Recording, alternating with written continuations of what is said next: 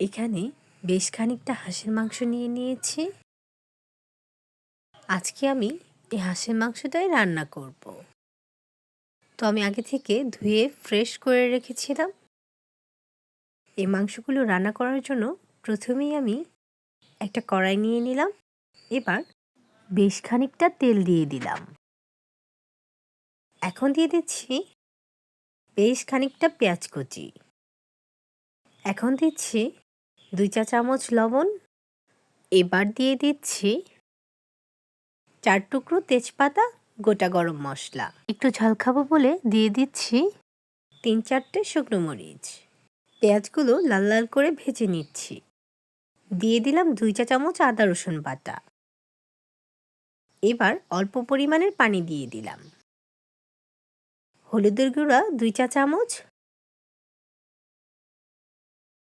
মরিচের গুঁড়া 1 চা চামচ। মাংস রান্নায় কিন্তু মশলা বেশি না হলে মাংস খেতে কিন্তু ভালো লাগে না। তো এখন দিয়ে দিচ্ছি 1 চা চামচ জিরার গুঁড়া। মশলাগুলোকে এখন আমি বেশ ভালো করে কষিয়ে নেব। হাঁসের মাংসটা কিন্তু আমি ঝাল ঝাল করেই রান্না করছি।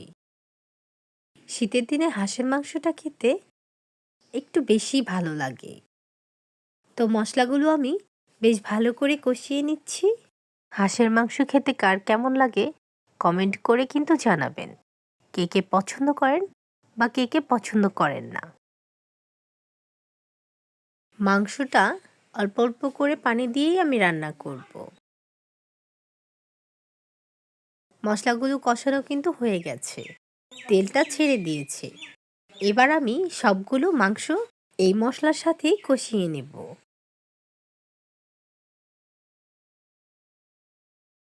সব মাংসগুলো দেওয়া হয়ে গেছে। এবার আমি মাংসগুলো মশলার সাথে মিশিয়ে নিচ্ছি। দিয়ে দিচ্ছি আস্ত একটা রসুন।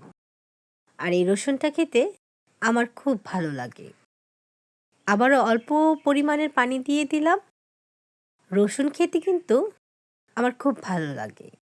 আমি হাঁসের মাংস হোক বা খাসির মাংস হোক, আবারও একটু পানি দিয়ে দিলাম। যে কোনো মাংসেই আমার রসুন খেতে খুব ভালো লাগে, তাই একটা করে আস্ত রসুন দিয়ে দিই। আমি কিন্তু আগেই বলেছিলাম অল্প অল্প করে পানি দিয়ে আমি কষিয়ে নেব। ঝোলটা একদম মাখো মাখো করে নেব। তো ফাইনালি আমার রান্নাটা কিন্তু কমপ্লিট। তো কেমন হয়েছে বন্ধুরা? সবাই জানাবেন। আল্লাহ হাফেজ।